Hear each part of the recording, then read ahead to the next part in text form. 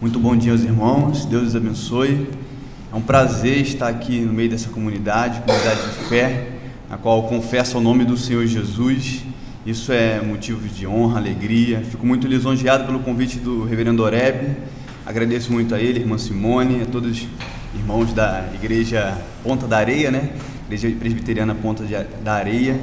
E agradeço o convite aos irmãos. Sou muito grato, fico muito lisonjeado em estar aqui no meio dos irmãos, prestando culto ao nosso Senhor, que é o único digno de honra, glória e majestade.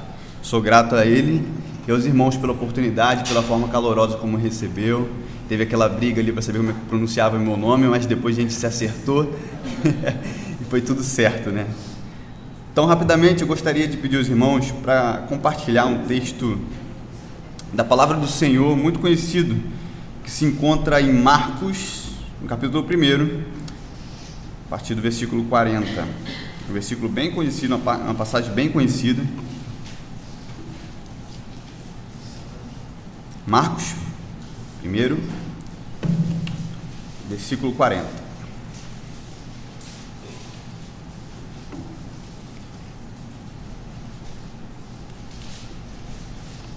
Diz assim a palavra do Senhor: Aproximou-se dele um leproso, rogando-lhe de joelhos: Se quiseres, pode purificar-me. Jesus, profundamente compadecido, estendeu a mão, tocou-o e disse-lhe: Quero, fica limpo. No mesmo instante, lhes desapareceu a lepra e ficou limpo.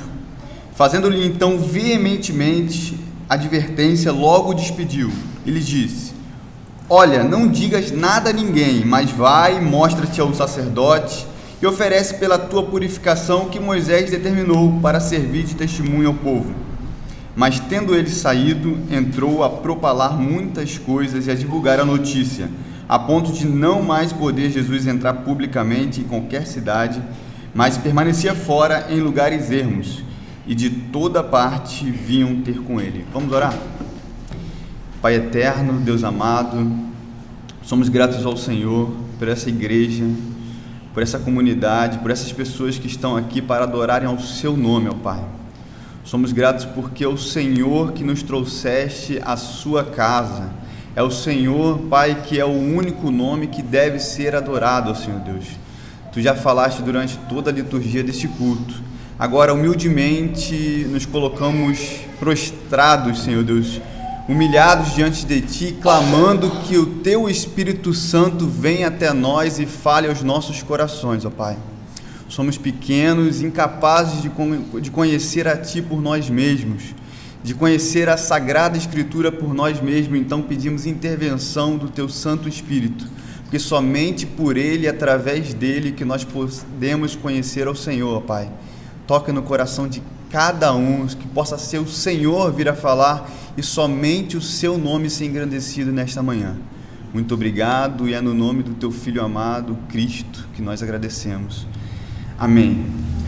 Hoje eu queria convidá-los a gente pensar um pouquinho sobre a obra de Cristo e o milagre que Ele faz em reconstruir a imagem de Deus em pecadores, em pessoas como eu e você. É comum a gente hoje pensar num cristianismo de números, A gente pensa em igrejas lotadas, megas igrejas, isso é muito comum e as pessoas buscam isso. A gente tem métodos de plantações de igreja, métodos de crescimento, modelos, diversos modelos. Porém, a gente vive uma religião, um cristianismo de nome. É o que a gente mais tem visto hoje no nosso meio. A gente não tem visto as pessoas experimentarem o Cristo da religião. Nós somos cristãos e precisamos experimentar do verdadeiro poder de Deus.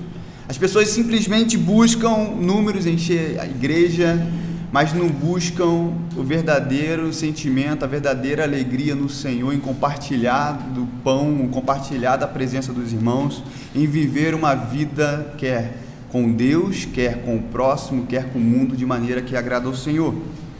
E o Senhor tem nos dado o privilégio de servi-lo na igreja 25 de agosto, juntamente na presidência dos jovens. Esse ano a gente tem pensado muito sobre como que a gente, servos do Senhor, eleito antes da fundação do mundo, como nós presbiterianos gostamos de dizer, porém, como nós podemos ter uma vida devota a Deus, como nós podemos buscar a santidade de maneira plena, como nós agora salvos vivemos no mundo e podemos refletir a imagem de Deus no mundo. Esse é o grande desafio da igreja, esse é o grande desafio meu e seu.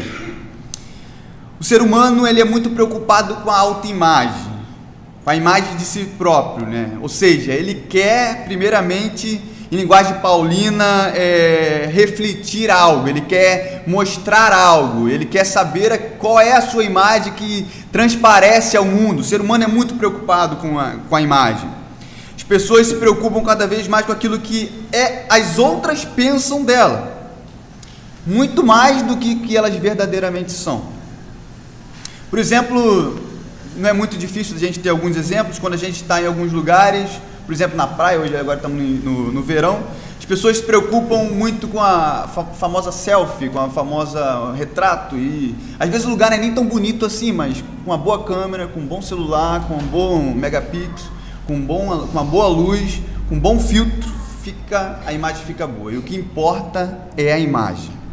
É isso que importa. Por exemplo, nos shows, hoje as pessoas ficam somente no celular, acompanhando os shows pelo celular, e vai para casa, não viu o show, mas vê o show no celular e depois vê o show no computador e posta nas mídias sociais. Ou seja, as imagens valem muito mais do que a vida verdadeira.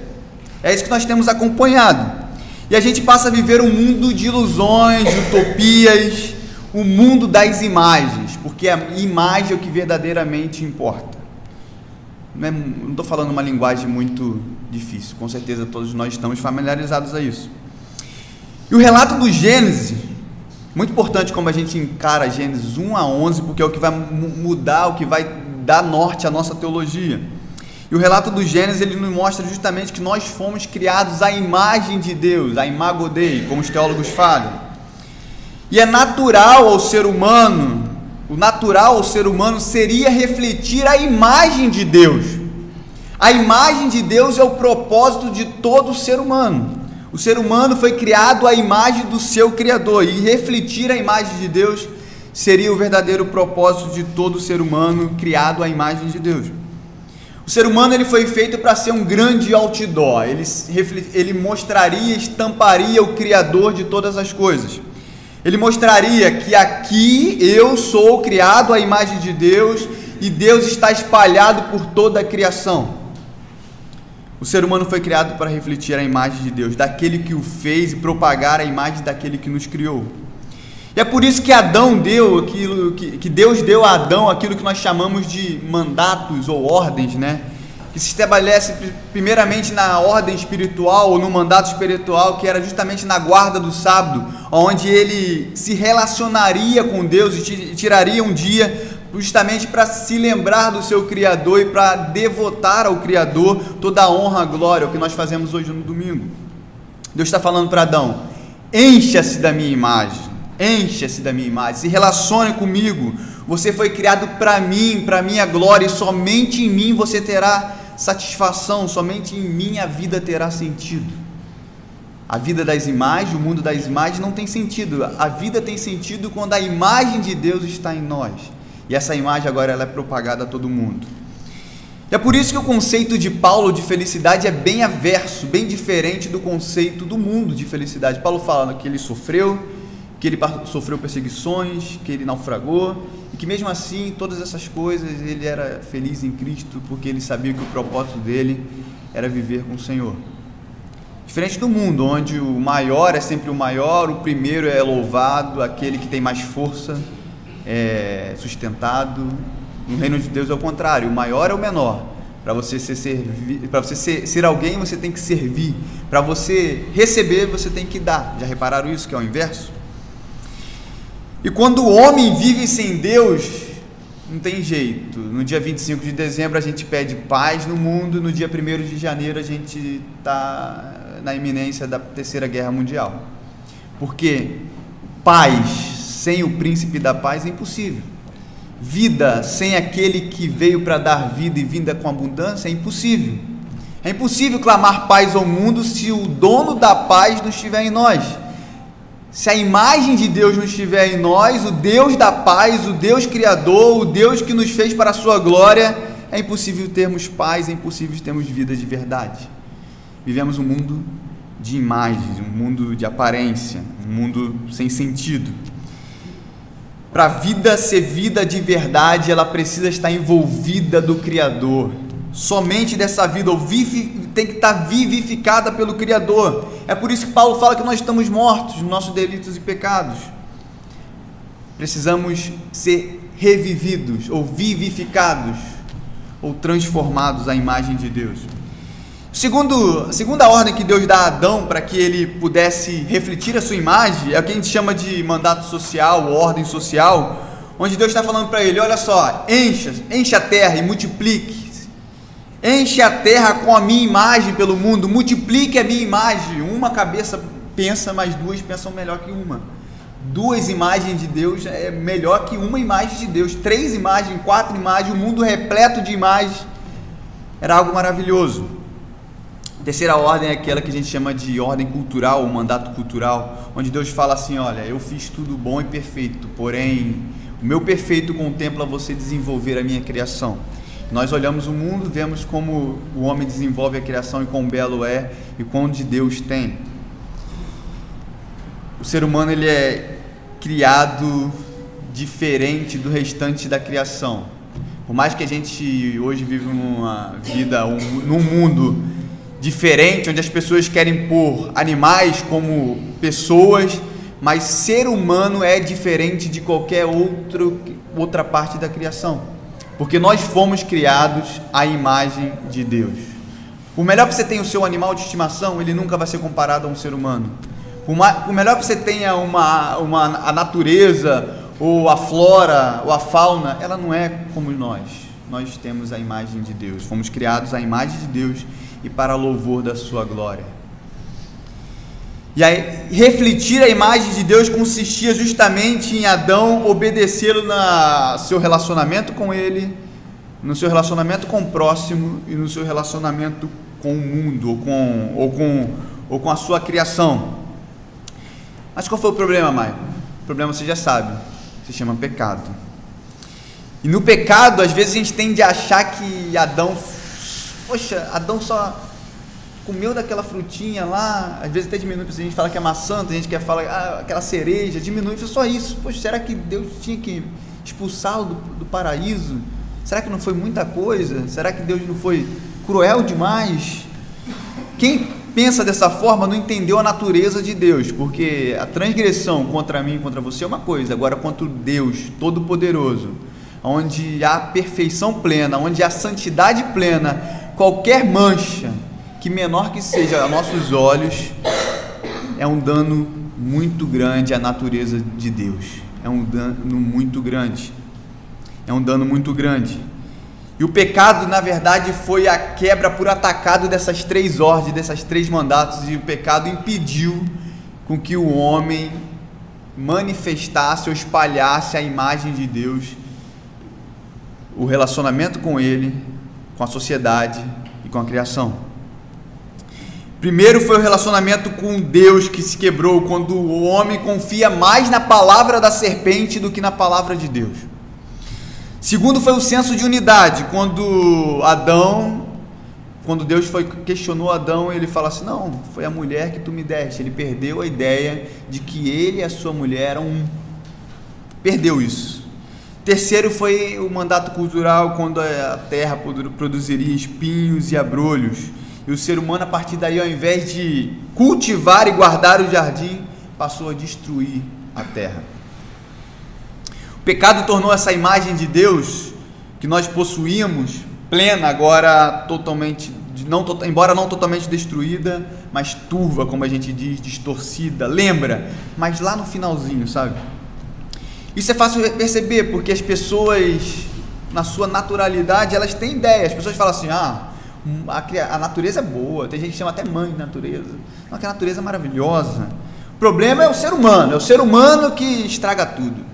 Ou seja, ele sabe da criação, sabe da queda, e as pessoas oferecem uma solução para esses problemas, né?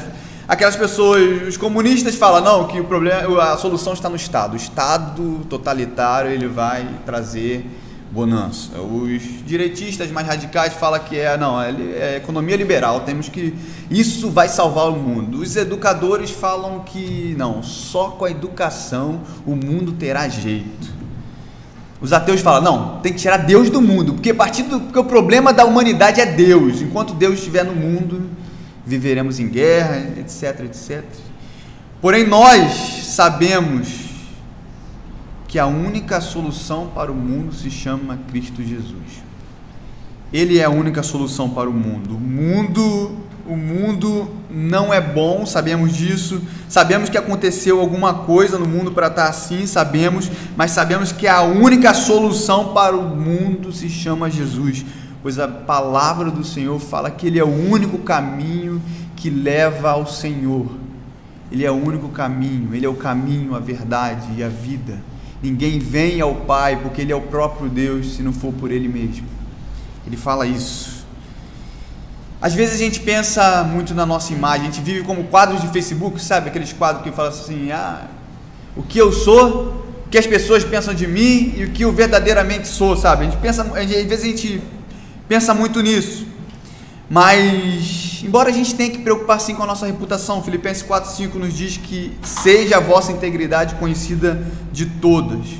Porém, a reflexão que eu quero trazer é qual é a verdadeira imagem que nós refletimos em meio a tantas imagens misturadas, tantas imagens que nós nos preocupamos e está espalhada por esse mundo.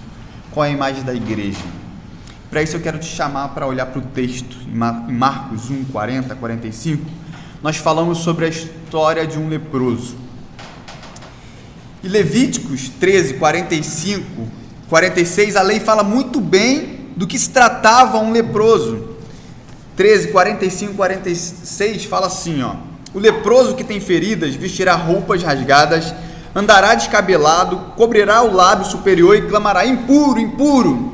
Enquanto a ferida de lepra estiver nele, estará impuro.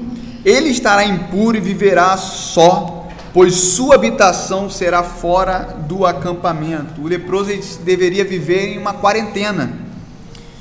O leproso era o único que não poderia se preocupar com a sua autoimagem. Ele não possuía uma imagem. Ele não possuía uma imagem saudável, uma imagem salutar, uma imagem que pudesse refletir alguma coisa, ou que ele pudesse se preocupar consigo mesmo. Ele não podia se preocupar com a sua imagem. Ele possuía uma doença que a gente chama de doença incurável. E além de produzir mau cheiro, o leproso não possuía amigos, não possuía pessoas ao redor. Ele vivia só e deveria viver só porque a lei mandava isso. Porque qualquer uma dessas pessoas que encostasse nele ou que estivesse próximo a ele poderia ser contaminada pela lepra. Ele não possuía imagem, nem deveria possuir imagem.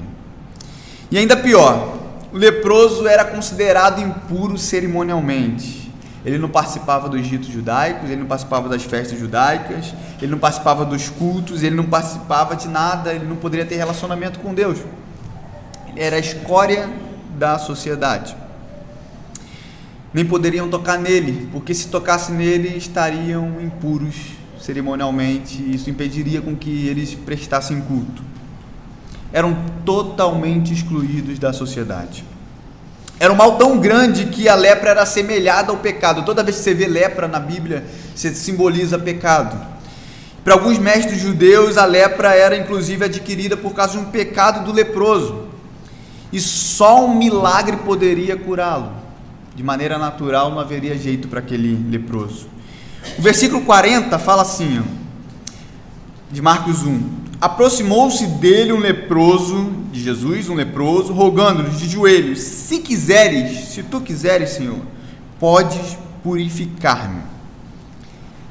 Queria trazer você a pensar que diante desse estado que eu mostrei aqui de um leproso, há de se convir que houve uma audácia dele em se chegar até o Cristo. Eu mostrei como a lei tratava o leproso. Ele deveria andar afastado e ele deveria gritar impuro, impuro, para que as pessoas não chegassem próximo dele. poderia contaminar um judeu. O judeu era muito cuidadoso com isso, nem gentios eles ficavam andando, imagina um leproso. Foi uma atitude audaciosa, no mínimo corajosa, e mesmo ele tendo essa atitude corajosa, ele não foi afrontante, ele não teve uma atitude de afrontamento, mas de humildade, e a humildade dele consistiu em reconhecer que mesmo ele tendo essa doença horrorosa, essa doença que ele via ali que Cristo era a única solução dele, ele não foi afrontoso e falou ao Senhor: se o Senhor quiser, eu serei limpo, se o Senhor quiser, eu serei curado, pode me curar, se o Senhor quiser, se assim o Senhor quiser. Ele reconheceu que só o Cristo tinha autoridade para curá-lo, sendo Cristo Filho de Deus, aquele que tem todo o poder. E é engraçado que essa humildade falta muitas vezes a nós cristãos. Muitas vezes a gente, dentro da nossa casa, dentro da nossa igreja, agimos como, desculpa a expressão, mas como crianças mimadas, onde achamos que temos que ter todas aquelas coisas que nós pedimos ao Senhor.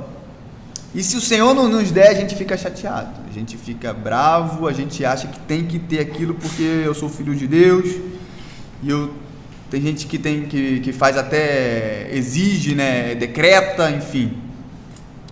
Eu gosto de trazer sempre um exemplo de uns missionários, que tem um amigo meu de seminário que ele sempre falava que ele foi fazer um trabalho com o pessoal, esse pessoal que fica de juntas, né, juntas de missões. E ele foi com esse pessoal à rua, ele começou a fazer orações para as pessoas, aí pediram ele para fazer uma oração, ele fez uma oração ao Senhor, aquela oração comum, né, a oração que nós oramos ao Senhor: Senhor, se for da tua vontade, o Senhor faça isso, se o Senhor for da tua vontade. Os missionários chamaram ele depois: olha só, eu sei que você quer orar ao Senhor e tal, mas você não deve orar que seja a vontade do Senhor. Você deve decretar que é da vontade do Senhor, porque você é filho de Deus, você é isso, aquilo, Ele te deu autoridade para isso e aquilo. E quando ele me contou isso, eu fiquei horrorizado. A gente não entendeu que é a vontade de Deus que é acima de qualquer outra vontade. A nossa vontade é totalmente extraída de qualquer outra coisa, ela é totalmente secundária, porque é a vontade de Deus que é primeiro lugar na nossa vida.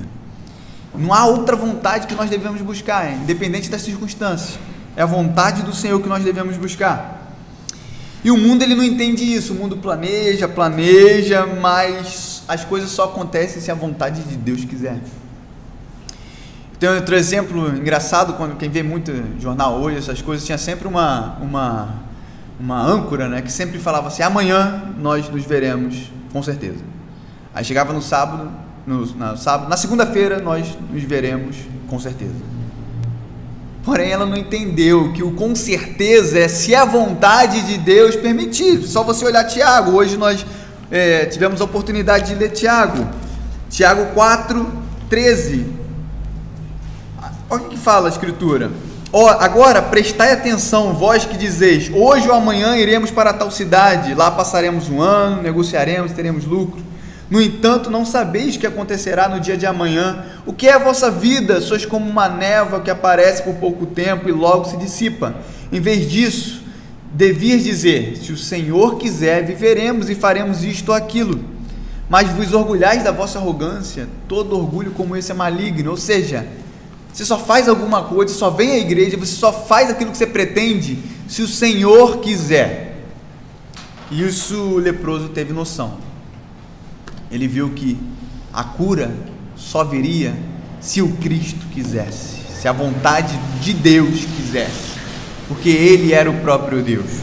Ele era o próprio Deus. Ele entendeu que a soberania de Deus e do Filho estava ali, que independente do que ele pensasse, isso não era nada a despeito da vontade do Filho de Deus.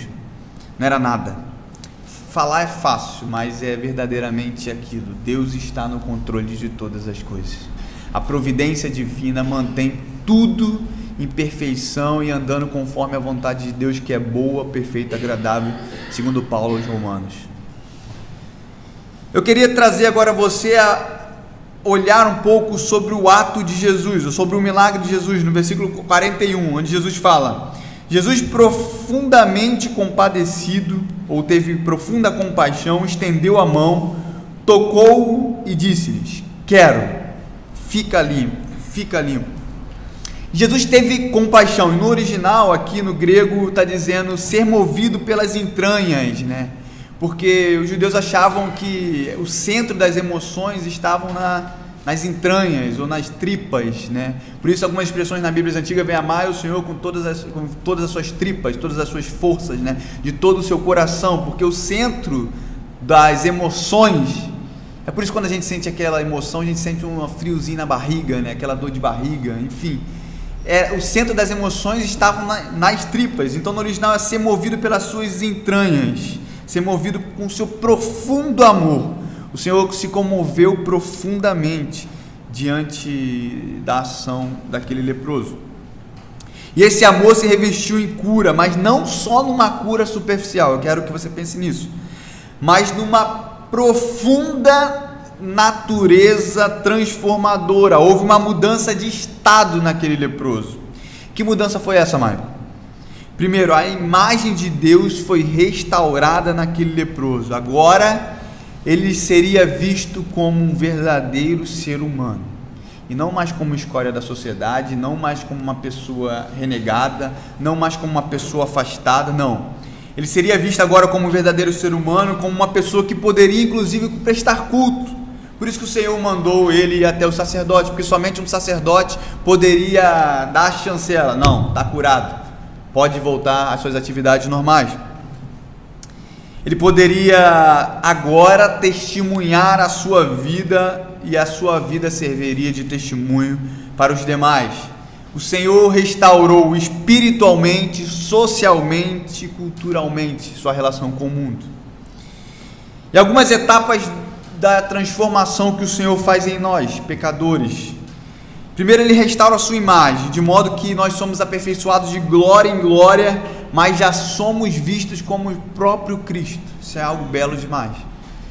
Por mais que nós ainda sejamos pecadores, sejamos miseráveis, sejamos, enfim, diversos adjetivos para denotar o nosso pecado, nosso terrível pecado, porém, ao mesmo tempo, somos vistos como justificados e perfeitos diante de Deus.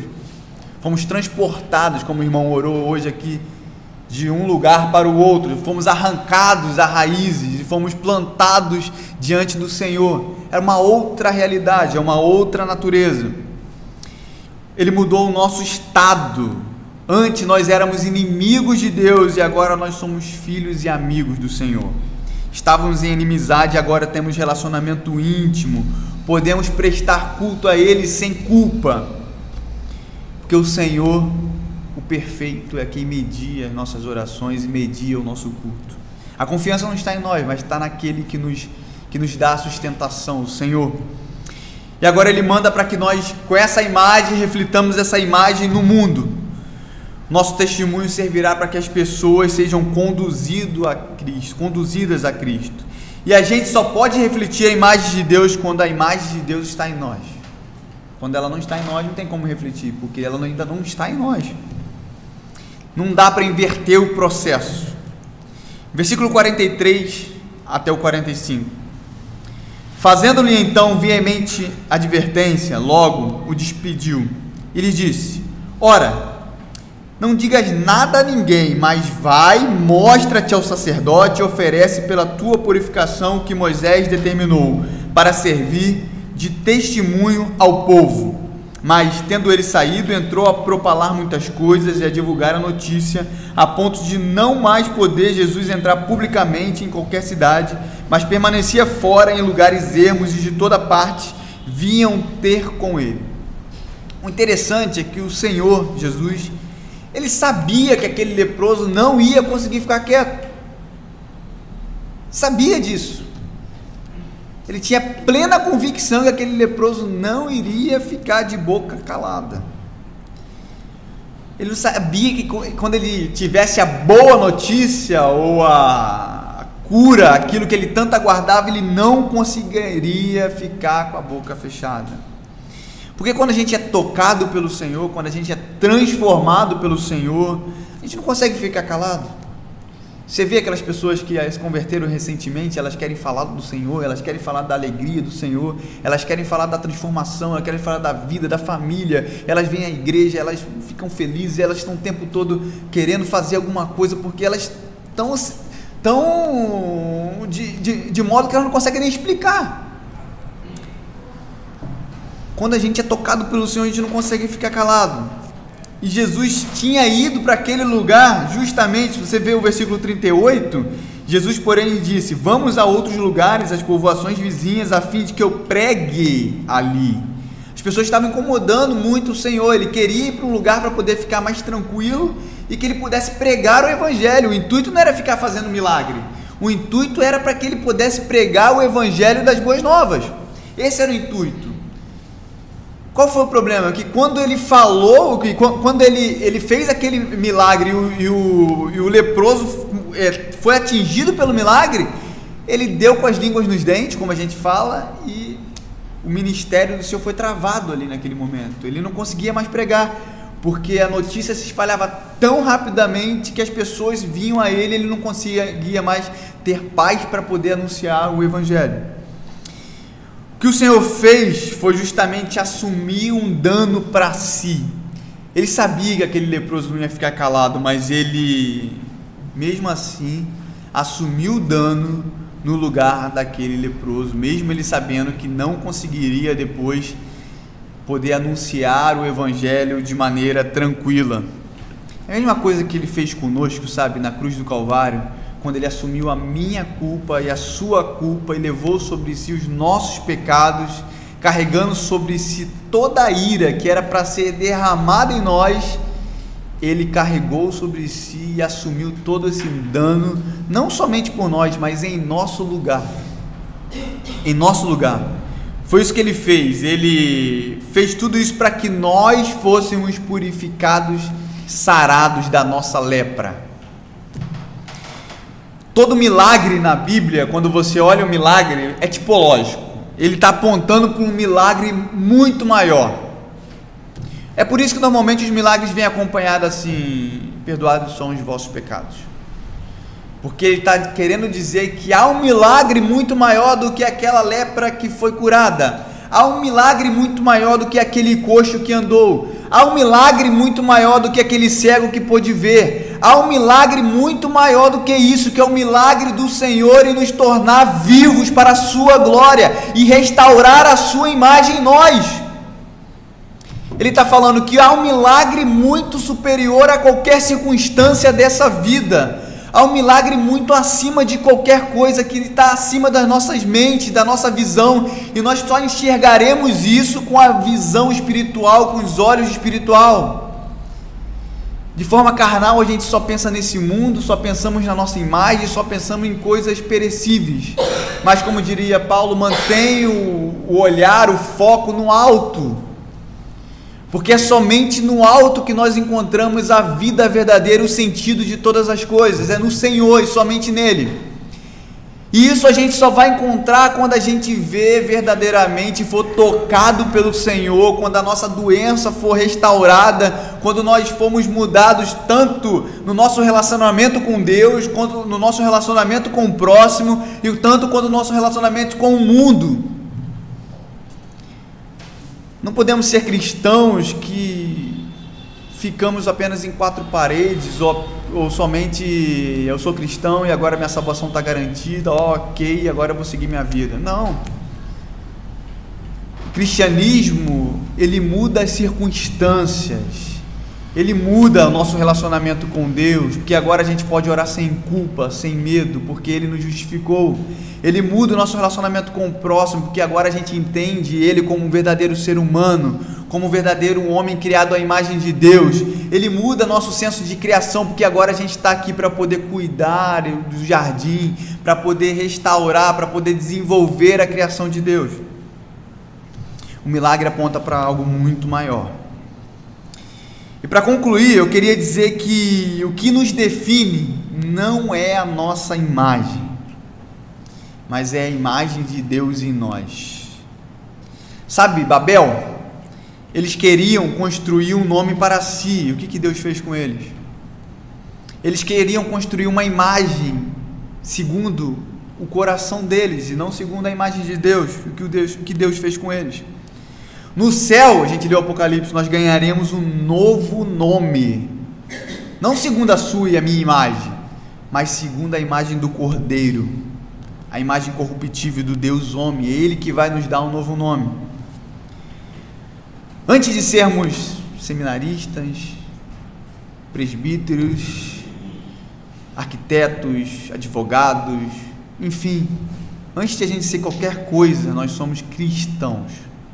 E é o cristianismo que nos define. Nós devemos ser conhecidos pelo Deus do cristianismo, pelo Deus Pai, Deus Filho e Deus Espírito Santo. É Ele quem define a nossa imagem. É Ele quem define a nossa imagem. Não é a minha posição na igreja, não é a minha posição diante da sociedade, não é quem sou, não é minha conta bancária, não é nada disso, né? Se eu tenho faculdade, mestrado, doutorado, não é isso.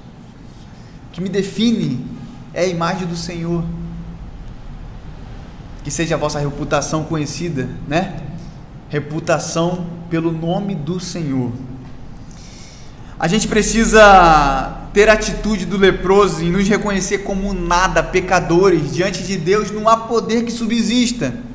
Você está diante do Deus Todo-Poderoso, que a ti só compete a ira e o inferno, mas Ele, com a sua graça abundante, dá vida a você, e você, sem nem menos merecer nada, Ele te restaura, te limpa, te bota em caminhos retos, santos.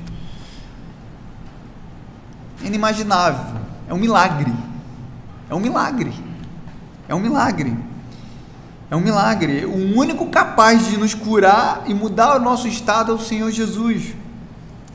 Diante dele, a gente tem que nos reconhecer como um leproso miserável que não tem condições de nada e clamar: se, Senhor, tu quiseres, eu posso ficar limpo. Sem autoridade, sem arrogância, nada, só com humildade, sabendo quem eu sou e quem Deus é. Às vezes a gente confunde, às vezes a gente quer ser Deus e Deus quer ser criatura, mas cada um no seu lugar. Deus é Deus, nós somos criação, filhos de Deus agora, porém temos que ter humildade e saber que a vontade de Deus tem que estar acima de qualquer outra coisa. Depois disso, a gente precisa voltar à casa do Pai, voltar à sociedade como verdadeiros seres humanos, espalhar a imagem de Deus pelo mundo, porque a imagem, a luz de Deus, precisa brilhar em meio às trevas. Não há luz que brilhe no meio da luz. A luz precisa estar no mundo. O significado de igreja é chamados para fora, eclesia. Nós fomos chamados para uma missão. E essa missão é justamente levar a luz ao mundo, levar o evangelho, as boas novas ao mundo, levar a imagem de Deus ao mundo, levar o relacionamento, o religar, o relacionamento de Deus com o ser humano. Agora tem uma possibilidade, é Cristo. Ele veio para dar vida, para religar verdadeiramente. Ele é o único caminho. Agora tem uma solução para que as pessoas não olhem o próximo como escória, como qualquer outra coisa, como animais, mas como verdadeiramente seres humanos. Agora tem uma solução para que nós possamos encarar a criação de Deus como verdadeira, como plena. Jesus, é Jesus. O Senhor muda o nosso relacionamento com Ele, com o próximo e com o mundo. E a pergunta que a gente tem a nos fazer é: quem somos nós? Será que eu sou o Michael, o Michael, o Michel? Ou será que eu sou o pequeno Cristo, aquele que reflete a imagem de Deus na igreja, na sociedade e no meu relacionamento com Ele? Só há uma solução para nós: quando o Senhor for o verdadeiro Deus nas nossas vidas e Ele for o centro das nossas entranhas, o centro do nosso coração, o centro das nossas atitudes, o centro da nossa alma, o centro da nossa vida. Só assim a nossa vida terá sentido. Não existem outros caminhos. A gente busca caminho em casas, poderes, status sociais, em qualquer outras coisas, mas a gente possui como diria C.S. Lewis, a gente possui um vazio do tamanho de Deus, e esse vazio só é preenchido quando Deus todo-poderoso, infinito, preencher esse vazio. Coisas só vai mostrar que esse vazio se encontra lá. Precisamos do Senhor na nossa vida. E a pergunta é: quem somos nós? Somos a igreja conhecida pelo poder de Deus, pelo poder de Cristo? Ou será que estamos refletindo apenas a nossa imagem no mundo? Como diria Filipenses 4:5, que seja a nossa amabilidade ou a nossa reputação conhecida de todos, e que ela seja conhecida pelo nome de Cristo e não pelo nosso. Vamos orar? Pai eterno, somos gratos ao Senhor pela sua amada igreja, Senhor. Somos gratos pela sua palavra, ó Deus, porque tu, com teu Espírito Santo, falaste aos nossos corações. Obrigado, Senhor Deus, por cada um presente na sua casa, Pai. Que eles possam ter as suas vidas transformadas pelo poder do Evangelho, Pai. E que agora, transformados pelo poder do Evangelho, que eles possam ser modificados no seu relacionamento com o Senhor, no relacionamento com o próximo e no relacionamento com o mundo, Senhor. Que é exemplo desse leproso que nos é contado nas Sagradas Escrituras, que nós possamos ter humildade diante do Senhor e reconhecermos como pecadores e somente pecadores, carentes da graça e da glória do Senhor, ó Deus. Que o Senhor possa poderosamente intervir na sua casa, na sua igreja, para que nós possamos ser igreja verdadeira diante de um mundo tão mau, ó Deus. Pedimos por cada um que está aqui, Senhor, para que a sua imagem seja a única imagem conhecida diante de nós, ó Pai. Tu sabes, Senhor Deus, os nossos problemas, Tu sabes, Senhor Deus, as nossas dificuldades, mas clamamos ao Senhor, porque o Senhor é o único que tem poder para nos conduzir, Senhor Deus, por caminhos corretos, caminhos de santidade, ó Pai. Sem o Senhor nós apenas tentaremos e vagaremos diante do mundo, mas clamamos ao Senhor, aquele que tem vida para dar, aquele que transforma nosso estado, aquele que muda a nossa alma, aquele que nos muda, aquele que nos transforma, aquele que nos purifica, aquele que nos transformou, que nos tirou e que nos sarou da nossa lepra, Pai. Obrigado, Senhor Deus, pela sua amada e santa igreja, Senhor. Que o Senhor possa ser o primeiro e o último desta igreja, que essa igreja possa viver o Senhor intensamente, somente o Senhor, que a glória reconhecida e conhecida seja do Deus Pai, Deus Filho e Deus Espírito Santo. Pedimos isso no nome do nosso mediador, o amado Cristo Jesus. Amém.